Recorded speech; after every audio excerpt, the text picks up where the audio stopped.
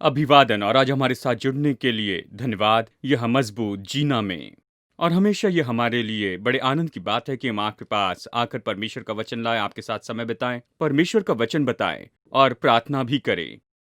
इस समय हम यहाँ पर एक सीरीज में हैं जिसमें हम बात कर रहे हैं, चर्चा कर रहे हैं, खोज कर रहे हैं प्रभु के अद्भुत अनुग्रह के बारे में। ये दूसरा एपिसोड है, दूसरा प्रोग्राम है इस सीरीज में और हम चर्चा करना चाहते हैं उसके अनुग्रह के पहलुओं पर।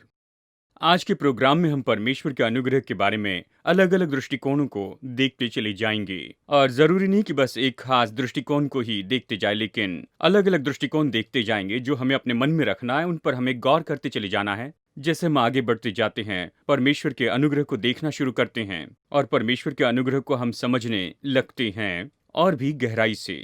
जैसे पिछले एपिसोड में हमने शुरू किया, मैंने आपको बताया था ये परमेश्वर का स्वभाव है कि वो अनुग्रहकारी परमेश्वर है और उसका स्वभाव नहीं बदला है इन सभी नियम में, और वो हमेशा ही अनुग्रह का परमेश्वर रहा है। वो तो हमेशा ही बहुत ही अनुग्रहकारी परमेश्वर रहा है। हाँ, उसके व्यवहार या जिस तरह से वो लोगों के साथ में काम करता है ये अलग है पुराने और नए नियम में, और जिस तरह से उसने हमें न्योता दिया है कि हम उसकी उपस्थिति में आते चले जाएं, ये पुराने और नए नियम में अलग हैं। लेकिन वो जो है उसका स्वभाव नहीं बदला है, वो अभी भी उतना ही अनुग्रह का परमेश्वर है जैसे कि इस नए नियम में, वैसे जैसे वो पुराने नियम में था, और वो तो एक ही परमेश्वर है, वो नहीं बदला है। अब जैसे हम वचनों में देखते हैं, मैं पुराने नियम और नए नियम के वचन के बारे में कह रहा हूँ। पूरे रूप में जब हम इस विषय को देखते हैं, अनुग्रह, परमेश्वर का अनुग्रह है, यहाँ कुछ ऐसी चीजें जो हम पाते हैं जिससे मैं पहलू कहता हूँ या फिर दृष्टिकोण है परमेश्वर के अनुग्रह की। हम यहाँ पर एक सच्चाई को पाते हैं जिसे हम कहते हैं महान अनुग्रह, और फिर परमेश्वर का उपयोग किया गया अनुग्रह। चलिए महान अनुग्रह के बारे में बताऊं। देखिए, ये तो परमेश्वर का एक पहलू है कि वो महानता से उंडेलता है किसी भी व्यक्ति पर या लोगों पर, क्योंकि वो ऐसा करने का चुनाव करता है। वो महानता से देता है, अलौकिक कृपा और महानता से योग्य बनाता है और सामर्थ्य देता है किसी व्यक्ति या किसी समूह को। वो महानता से अपने अनुग्रह को बढ़ाता है और हमें उसमें आने का न्योता देता है कि हम उस अनुग्रह में बढ़ते जाएं। ये परमेश्वर का महान काम है, वो इसे खोलता है जैसे वो चुनता है। निर्गमन अध्याय 33 में, पुराने नियम में, उदाहरण के लिए आप देखिए, परमेश्वर ने मूसा से कहा, मैं तेरे सम्मुख होकर चलते हुए अपनी सारी भलाई दिखाऊंगा, तेरे सम्मुख यहोवा नाम का प्रचार करूंगा, और जिस पर मैं अनुग्रह करना चाहूं उसी पर अनुग्रह करूंगा, और जिस पर दया करना चाहूं उसी पर दया करूंगा। परमेश्वर अपनी महानता घोषित कर रहा है और कहता है कि जिस पर मैं अनुग्रह करना चाहूं उसी पर मैं अनुग्रह करूंगा। कि वो चुनाव करता है, वो निश्चित करता है कि वो अनुग्रह देना चाहता है या किसी पर अनुग्रहकारी होना चाहता है, कुछ लोगों पर या समूह पर या लोगों के ऊपर। तो परमेश्वर का ये महान अनुग्रह निश्चित करता है कि परमेश्वर का अनुग्रह कुछ लोगों के ऊपर में आ जाए, खास करके उनके खास बुलाहट के संबंध में।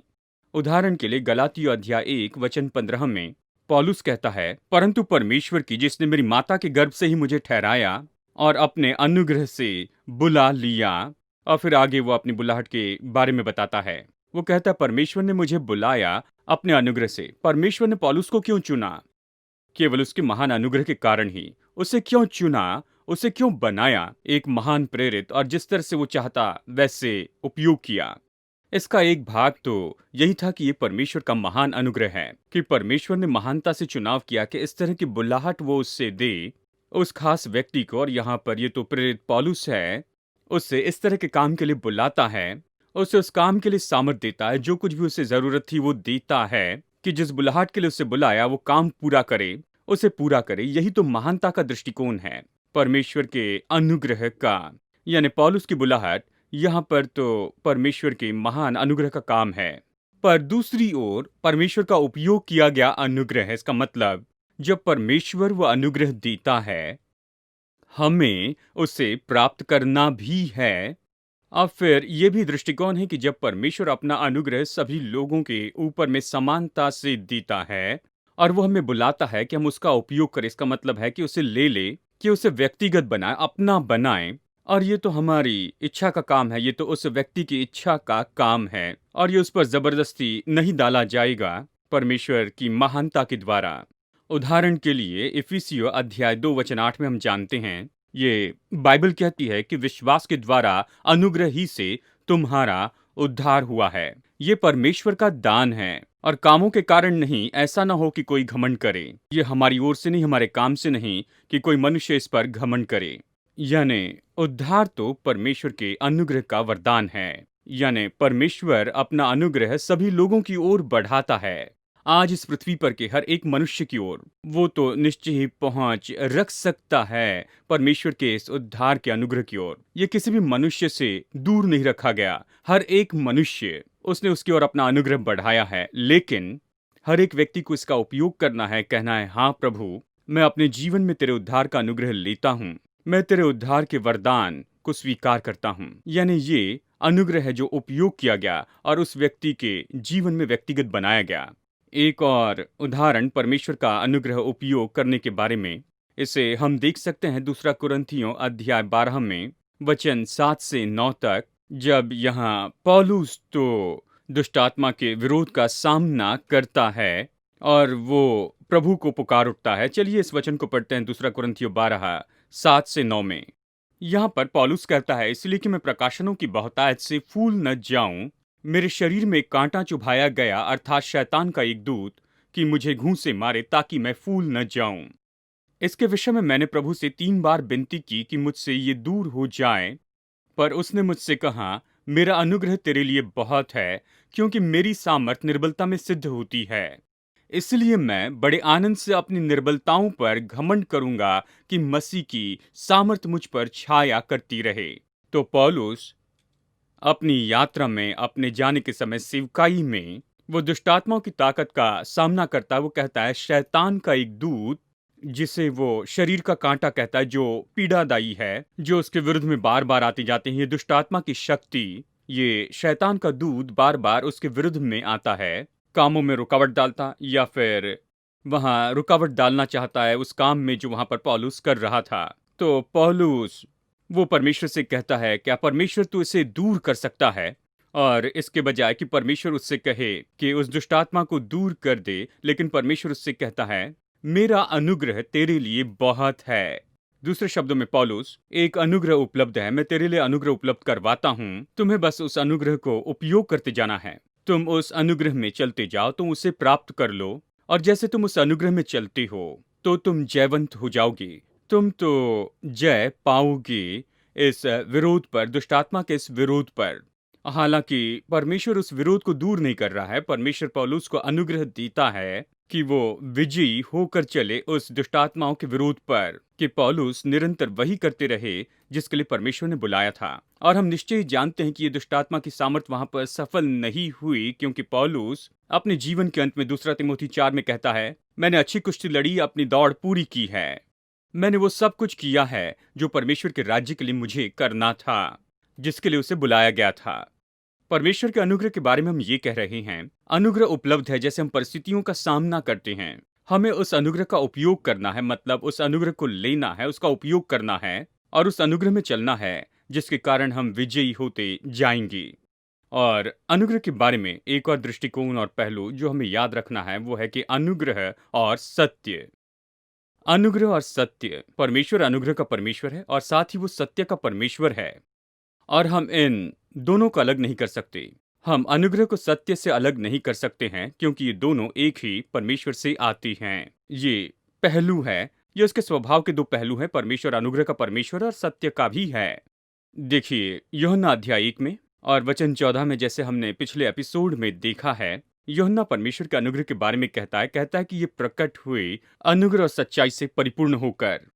परमेश्वर का अनुग्रह, परमेश्वर का सत्य, ये तो दिखाते हैं परमेश्वर की उस प्रकट महिमा को, अनुग्रह और सत्य। और वचन 17 में ये कहता है, व्यवस्था तो मूसा के द्वारा दी गई, परंतु अनुग्रह और सच्चाई यीशु मसीह के द्वारा पहुंची। यूहन्ना 1:17 में ये कहता है, अनुग्रह और सत्य दोनों एक साथ चलते हैं, इन्हें अलग नहीं किया जा सकता। ये सिक्के के दो पहलू जैसे हैं।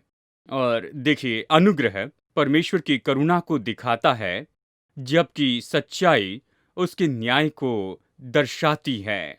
यानी अनुग्रह ये तो ऐसा है कि परमेश्वर अपना प्रेम दिखाता है उसकी करुणा, हमारे पापों को क्षमा करना, हमारी गलतियों को माफ करना और अपनी उपस्थिति में हमें स्वीकार करना, ये प्रभु का अनुग्रह है। लेकिन फिर परमेश्वर का सत्य भी है, मतलब परमेश्वर अपने वचन पर बना रहेगा और उसके ऐसे ऐसे स्तर है जिसके बारे में वो समझौता नहीं करेगा।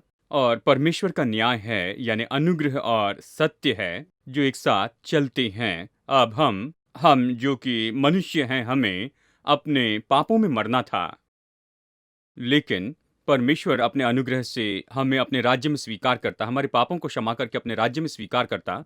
लेकिन वो इसे कैसे कर सकता है? क्योंकि सत्य मांग करता है कि पापों को दंड मिलना चाहिए और इसलिए परमेश्वर ने इसके लिए प्रयोजन किया है। उसने तो ये दिया है, प्रयोजन किया है हमारे पापों की क्षमा के लिए, पापों के दाम के लिए, और इसीलिए वो हम पर अपना अनुग्रह दे सकता है। यानी परमेश्वर ने अपना अनुग्रह हम पर ऐसे नहीं उंडेला कि अपने सत्य के साथ समझौता करे। नहीं, वो अपने सत्य को थामे हैं। वो न्याय की मांग को पूरा करता है। वो अभी भी उसी स्तर पर बना रहता है जो कि ये है, पाप की मजदूरी तो मृत्यु है। और फिर भी ये करने पर वो अभी अपना अनुग्रह हम पर उंडेल सकता है। यानी परमेश्वर का अनुग्रह ये तो बहुत ही महत्वपूर्ण है। हमें देखना है, जैसे हम अपने मसीह जीवन में चलते हैं, हमें यहाँ पर संतुलन रखना है अनुग्रह और सत्य में। यदि हम केवल सत्य को ही देखते चले जाएं और अनुग्रह में न चले, तो फिर सत्य हमें लेकर चलेगा, ले जाएगा ये इस तरह की आस्था में, या ऐसे जीवन में जो केवल हमसे मांग ही करता है लेकिन हमें सामर्थ्य नहीं देता है। लेकिन जब हम सत्य को जोड़ते हैं अनुग्रह के साथ, तो हमारे पास क्या होता है? हम समझते हैं कि जिस स्तर के लिए परमेश्वर ने हमें बुलाया जीने के लिए, और उसमें वो समझौता नहीं करेगा। लेकिन हम ये भी समझते हैं कि अनुग्रह है जो हमें सामर्थ देगा कि हम सत्य से जिए, उस स्तर के अनुसार जो परमेश्वर ने हमें दिया है। और आगे देखते हैं, अनुग्रह है और धार्मिकता है। अनुग्रह और धार्मिकता एक साथ चलते हैं। जब मैं धार्मिकता कहता हूँ, धार्मिकता शब्द का उपयोग होता है, नए नियम में अलग तरह से इसका उपयोग होता है। धार्मिकता का मतलब है परमेश्वर के सामने सही तरह खड़े रहना। साथ ही धार्मिकता का मतलब तो धार्मिकता से जीने के बारे में है, प्रभु के सामने सही जीना।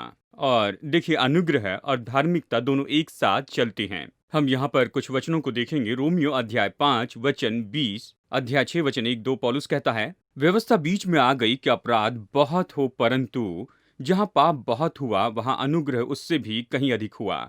कि जैसे पाप ने मृत्यु फैलाते हुए राज्य किया, वैसे ही हमारे प्रभु यीशु मसीह के द्वारा अनुग्रह भी अनंत जीवन के लिए धर्मी ठहराते हुए राज्य करे। तो हम क्या कहें? क्या हम पाप करते रहे कि अनुग्रह बहुत हो? कदापि नहीं। हम जब पाप के लिए मर गए तो फिर आगे को कैसे उसमें जीवन बिताएं?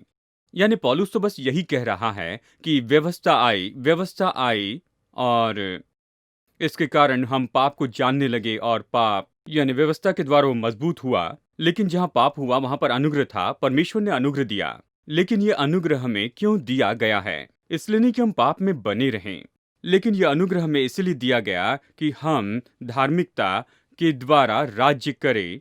यानी ये धार्मिकता हमारे जीवन पर अधिकार करे, धार्मिकता हमारे जीवन पर प्रभावी हो, और ये अनुग्रह हमें सामर्थ्य देता है कि हम पाप से आजाद होकर जिए। तो पौलुस ये कहता है, हमने उसका अनुग्रह पाया है, तो क्या हम पाप में ही बने रहें कि उसका अनुग्रह और भी हो?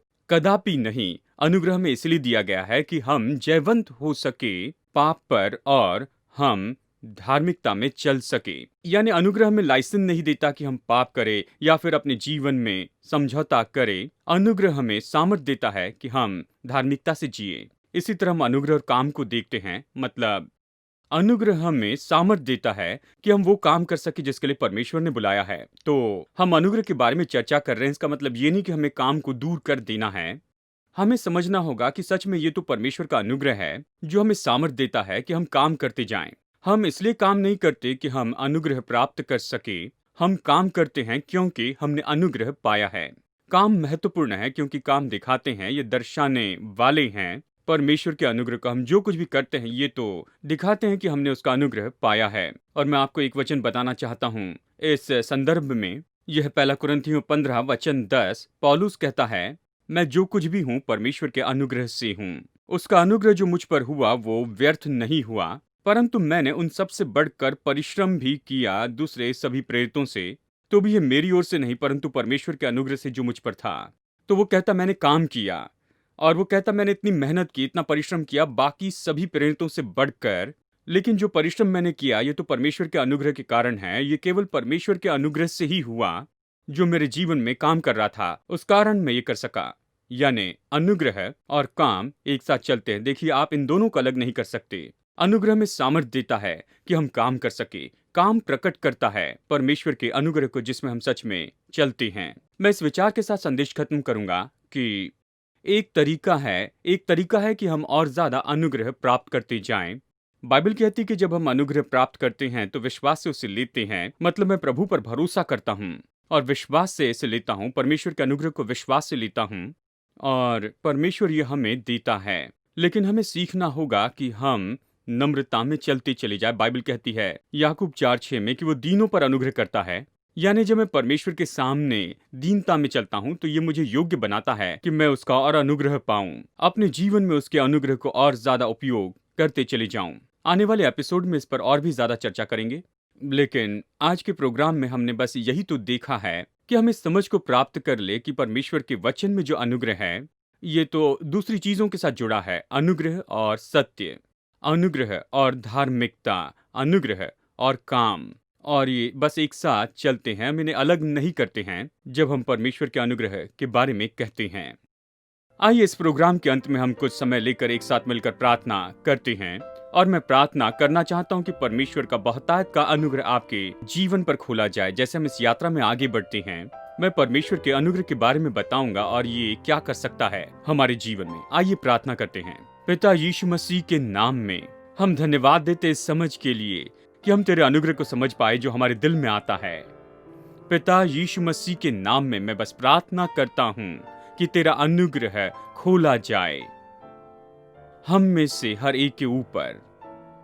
हम तेरे महान अनुग्रह के लिए धन्यवाद देते हैं जिसके द्वारा तू लोगों को चुन लेता है। तूने हम में से हर एक को बुलाया है अलग अलग कामों के लिए, अलग दृष्टिकोण के लिए, जीवन और सेवकाई में। हम ये भी प्रार्थना करते हैं कि हमारी मदद करके जो अनुग्रह तू हमें देता है उसका हम सही उपयोग कर सके, कि हम उस अनुग्रह में चलते जाएं, उस अनुग्रह को स्वीकार करते जाएं। और सच में प्रभु, हम प्रभु को दिखाएंगे, अनुग्रह के काम करेंगे ताकि लोग हमें देखकर जानेंगे कि हम जो कुछ भी हैं और हम जो कुछ भी हम हो जाएंगे तो सच में हमारे जीवन में तेरे अनुग्रह का काम है और वो तुझे स्तुति, आदर और महिमा देंगे।